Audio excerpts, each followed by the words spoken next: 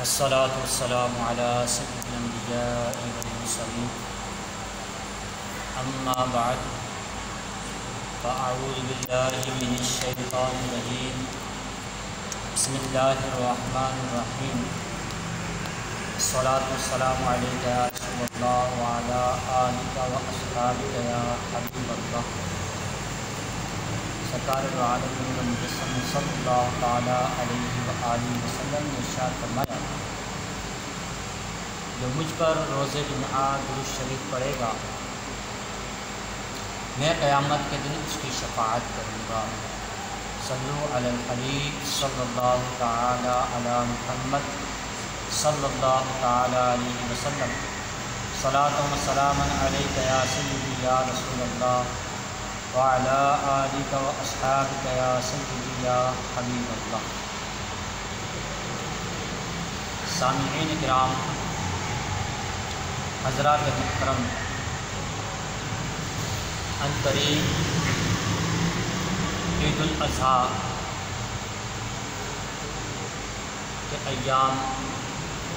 آنے والے ہیں اور عید الاضحیٰ میں مسلمان جوش خروش کے ساتھ محبت، عقیدت اور نیک نیتی کے ساتھ اللہ تبارک و تعالیٰ کا قرب حاصل کرنے کے لیے اپنے اللہ کی بارگاہ میں پیش کرتے ہیں اور اللہ تبارک و تعالیٰ کی خوشنودی اور رضا حاصل کرنے کی کوشش اور سعی کرتے ہیں۔ قربانی کے بارے میں ایک روایت سماعت فرمائیے، پھر انشاءاللہ تبارک و تعالی اس کے چند ضروری مسائل وغیرہ بھی آپ سماعت فرمائیں گے۔ سرکار دو عالم صلی اللہ تعالیٰ علیہ وآلہ وسلم نے ارشاد فرمایا، انسان بقر عید کے دن کوئی عمل یا کوئی ایسی نیکی نہیں کرتا جو اللہ تبارک و تعالیٰ کو خون بہانے سے زیادہ پیاری ہو۔ یہ قربانی قیامت میں اپنے سینگوں، بالوں اور کھروں کے ساتھ آئے گی اور قربانی و خون زمین پر گرنے سے پہلے اللہ تبارک و تعالیٰ کے یہاں قبول ہو جاتا ہے، لہذا خوش دلی سے قربانی کرو۔ تو ترمذی شریف کے حوالے سے آپ نے قربانی کرنے کی فضیلت سماعت فرمائی کہ عید کے دن، بقر عید کے دن قربانی کرنا بہت بڑی نیکی ہے اور قربانی کرنے سے بہتر اور افضل کوئی نیکی اللہ کے یہاں نہیں ہے۔ تو جو صاحب حیثیت ہیں، جن پر قربانی واجب ہے، انہیں چاہیے کہ خوش دلی کے ساتھ اپنے جانوروں کی قربانی اللہ کی بارگاہ میں پیش کریں، اخلاص بھی ہو اور اللہ تبارک و تعالیٰ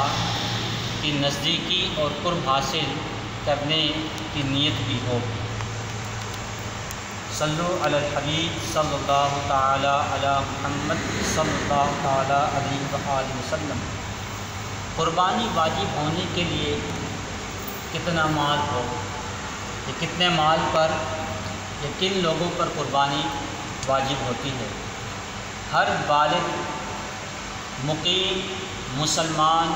مرد اور عورت پر جو کہ صاحب نصاب ہو قربانی واجب ہے۔ مالک نصاب ہونے سے مراد یہ ہے کہ اس شخص کے پاس 52.5 تولہ چاندی یا پھر مال تجارت ہو یا 52.5 تولہ چاندی کی مالیت کی رقم ہو یا پھر اس کے پاس حاجت اصلیہ سے زائد کوئی بھی سامان گھر کے اندر یا اس کی ملکیت میں ہو جو 52.5 تولہ چاندی کے برابر جس کی قیمت یا مالیت ہو، تو ایسے شخص پر قربانی واجب ہے۔ اب حاجت اصلیہ کیا ہے؟ اس کے بارے میں فقہائے کرام فرماتے ہیں کہ ضروریات زندگی سے مراد وہ چیزیں ہیں جن کی عموماً انسان کو ضرورت پڑتی ہے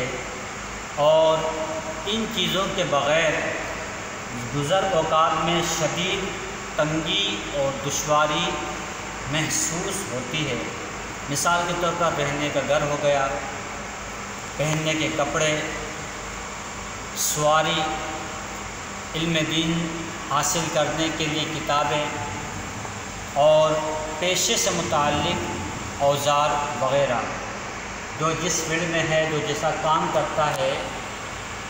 تو اس کے کام کے لیے جو اوزار وغیرہ جو چیزیں ضروری ہیں اس کے لیے یہ سب کے سب حاجت اصلیہ میں شمار ہوتے ہیں۔ تو ان کے علاوہ ضروریات زندگی یا پھر حاجت اصلیہ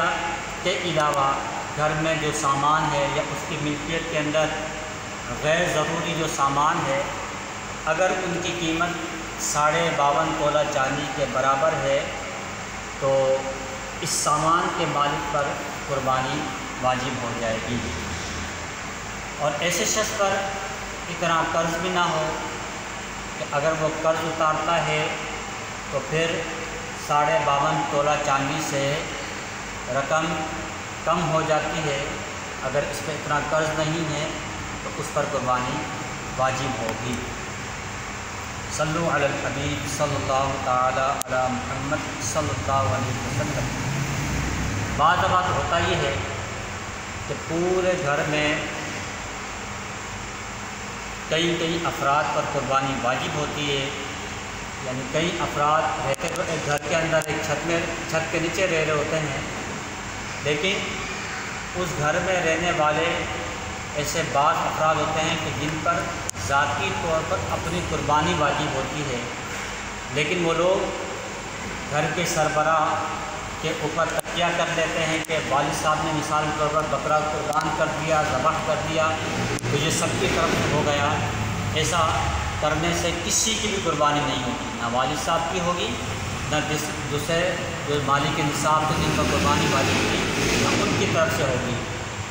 اگر گھر کے بعض افراد پر قربانی واجب ہے تو ہر شخص پر جو ہے یا تو جانور کو ذبح کرنا یا پھر بڑے جانور میں حصہ لینا اپنا ذاتی جو اس پر واجب ہوگا۔ ایک حصے پر سب ہی لوگ جو ہے اس حصے میں حصہ لے لیں، یہ نہیں ہو سکتا۔ اگر ایک بکرا ذبح کیا یا بکری ذبح کی یا بیڑ یا دمبا یا دمبی وغیرہ ذبح کی تو اس میں ایک ہی شخص کی جو کہ طے شدہ ہو اس کی قربانی کا واجب ادا ہوگا، اور اگر طے شدہ کوئی نہیں تھا تو پھر کسی کا بھی واجب ادا نہیں ہوگا۔ گائیں،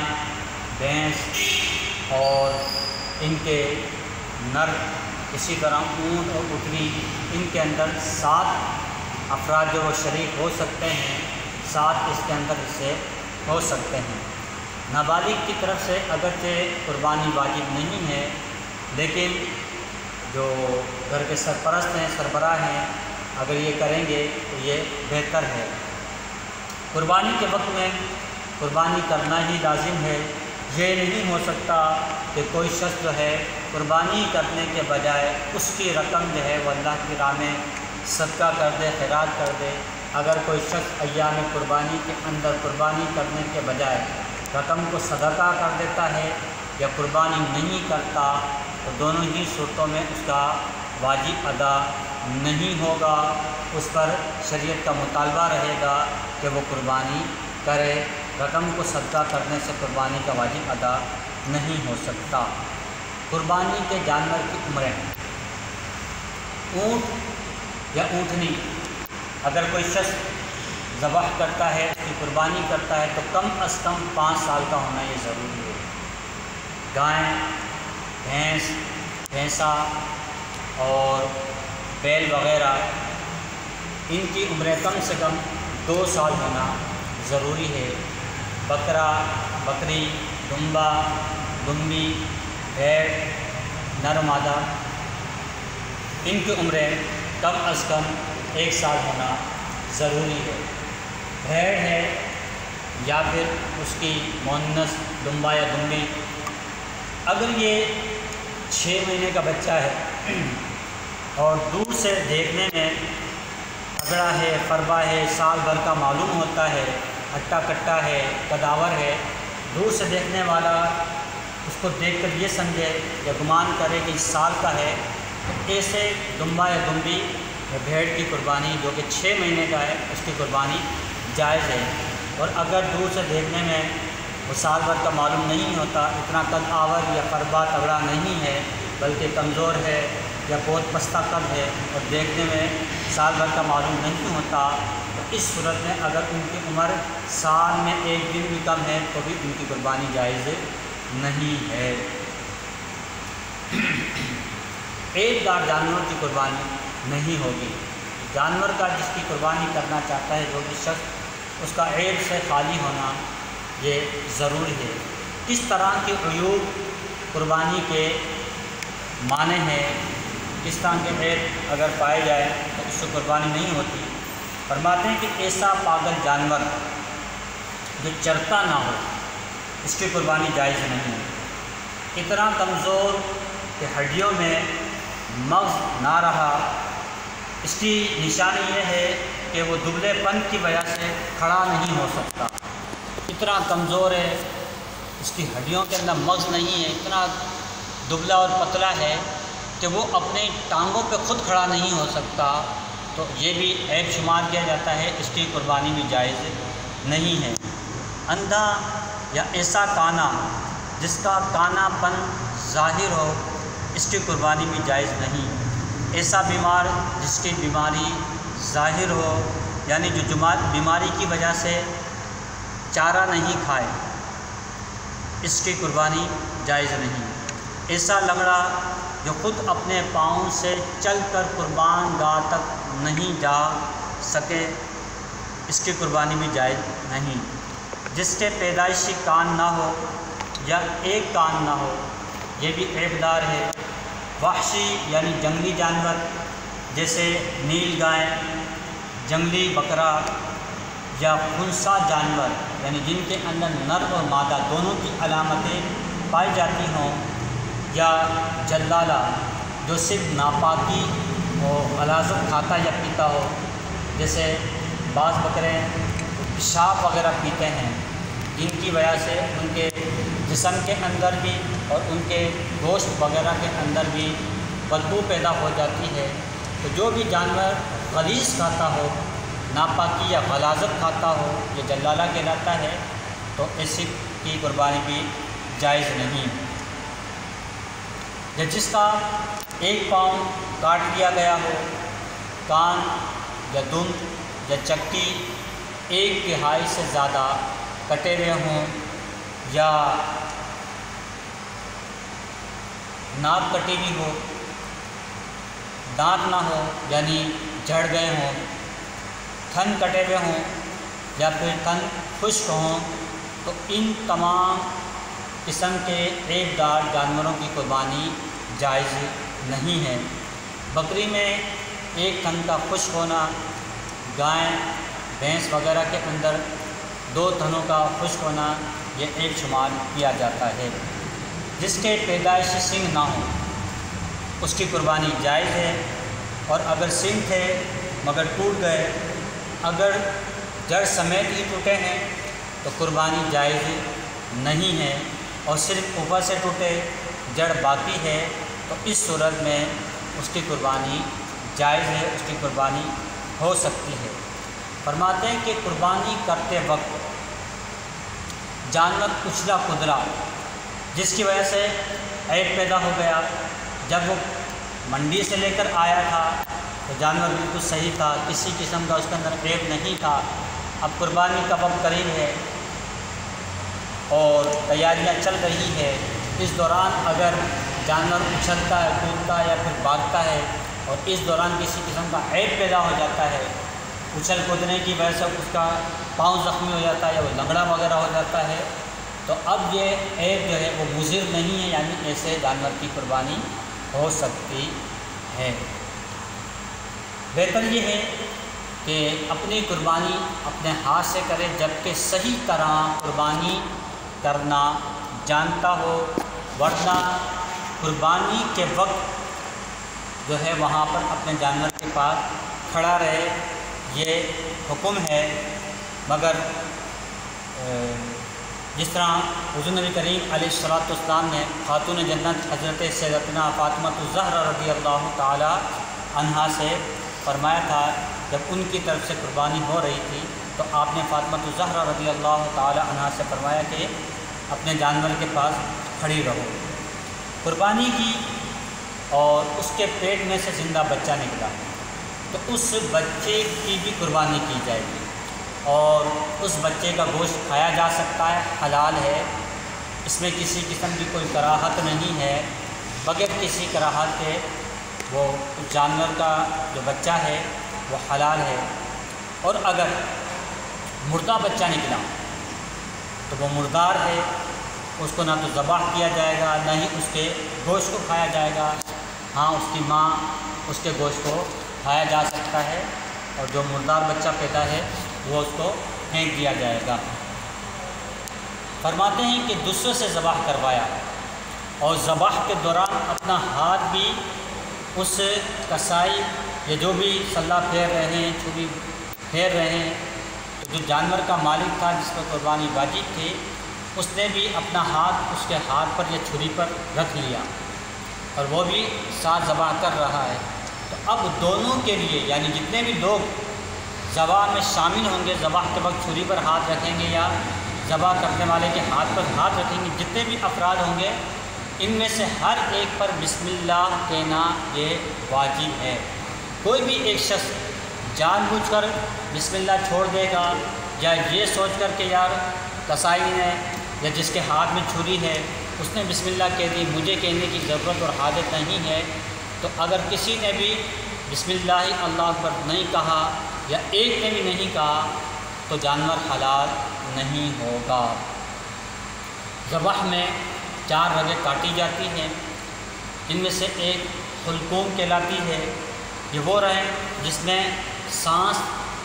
آتی اور جاتی ہے، اور دوسری کہلاتی ہے مری، اس سے کھانا اور پانی حلق سے نیچے اترتا ہے۔ اب حلقوم اور مری، ان کے دائیں بائیں 2 رگیں اور ہوتی ہیں، ان میں خون کی روانی ہوتی ہے۔ یہ 4 رگیں ہیں جن کو کاٹا جاتا ہے، اگر ان میں سے 3 کٹ گئی تو جانور حلال ہو گیا، اور اگر 4 آدھی سے زیادہ کٹی تب بھی جانور حلال ہو گیا، اور اگر آدھی کٹی آدھی سے زیادہ نہیں کٹی تو اس صورت میں جانور حلال نہیں ہوگا۔ اللہ رب العزت کی بارگاہ میں دعا ہے کہ اللہ تبارک و تعالی ہم سب کو صحیح طرح علم دین حاصل کرنے کی توفیق عطا فرمائے۔ جو خوش نصیب افراد قربانی کر رہے ہیں وہ قربانی کی جو ضروری اور اہم ترین مسائل ہیں ان کو سیکھیں، ان سے متعلق جو ضروری باتیں ہیں علماء کرام سے ان سے متعلق جو ہے معلومات حاصل کریں، بغیر علم حاصل کیے ویسے ہی کود جائیں گے، غلطیاں کریں گے، کہیں ایسا نہ ہو کہ مال بھی ضائع ہو جائے اور قربانی کا ثواب بھی نہ ملے۔ اللہ تعالی ہم سب کو عقل سلیم عطا فرمائے۔ اللہ تبارک و تعالی ہم سب کو صراط مستقیم پر چلا کر اس کو استقامت عطا فرمائے۔ آمین بجاہ النبی الامین صلی اللہ تعالی علیہ وآلہ وسلم۔